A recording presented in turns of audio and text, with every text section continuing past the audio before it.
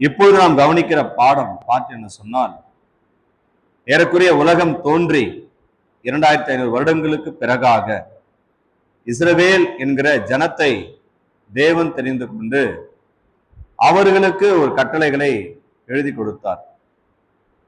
அந்த கட்டளைகளை அடங்கிய அந்த பிரமாணத்துக்கு நியாயப்பிரமாணம் என்று பேர். நீங்க பைபிள்ல நீங்க எடுத்து பார்த்தீங்கன்னா அதிகமான இடத்துல நியாயப்பிரமாணம் என்கிற பெயர் இடம்பெறும். அந்த பிரமாணத்துக்கு இன்னொரு பெயரும் இருக்குது, மோசேயின் பிரமாணம் அப்படின்னு பேர். ஏன் அப்படின்னா அது மோசேவினால் எழுதி கொடுத்தபடியினாலே மோசேயின் பிரமாணம் அப்படின்னு அழைக்கப்படுது.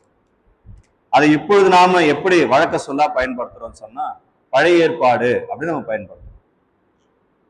அப்ப இந்த பழைய ஏற்பாடு புதிய ஏற்பாடு என்கிற இந்த வித்தியாசத்தை ஒரு கிறிஸ்தவர்கள் நன்றாக புரிந்து கொள்ள வேண்டும்.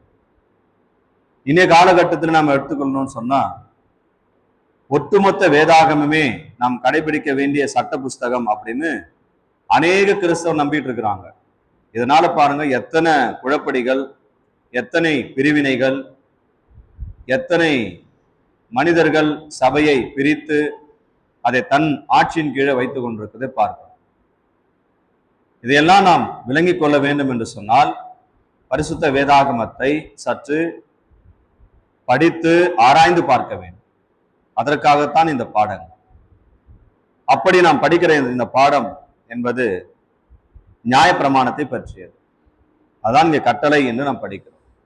இதை பழைய ஏற்பாட்டிலே தேவன் உடன்படிக்கை என்று சொல்றார். வாசிக்கலாம். யாத்திராகமம் புஸ்தகம் அதிகாரம் 19 வசனங்கள் 3 தொடங்கி 6 வரையிலும் வாசிக்க கேட்போம். யாத்ராகம் அதிகாரம் 19 வசனம் 3 6 வரை. மோசே தேவனிடத்திற்கு ஏறி போனான். கர்த்தர் மலையிலிருந்து அவனை கூப்பிட்டு, நீ யாக்கோபு வம்சத்தாருக்கு சொல்லவும் இஸ்ரவேல் புத்திரருக்கு அறிவிக்கவும் வேண்டியது என்னவென்றால், நான் எகிப்தியருக்கு செய்ததையும் நான் உங்களுக்கு கழுகுகளுடைய செட்டைகளின் மேல் சுமந்து உங்களை என் அண்டையிலே சேர்த்து கொண்டதையும் நீங்கள் கண்டிருக்கிறீர்கள். இப்போது நீங்கள் என் வாக்கை உள்ளபடி கேட்டு என் உடன்படிக்கையை கை கொள்வீர்களானால் சகல ஜனங்களிலும் நீங்களோ எனக்கு சொந்த சம்பதராய் இருப்பீர்கள். பூமி எல்லாம் என்னுடையது. இங்க கவனிங்க, 3வது வாக்கியத்தை படிக்கும் போது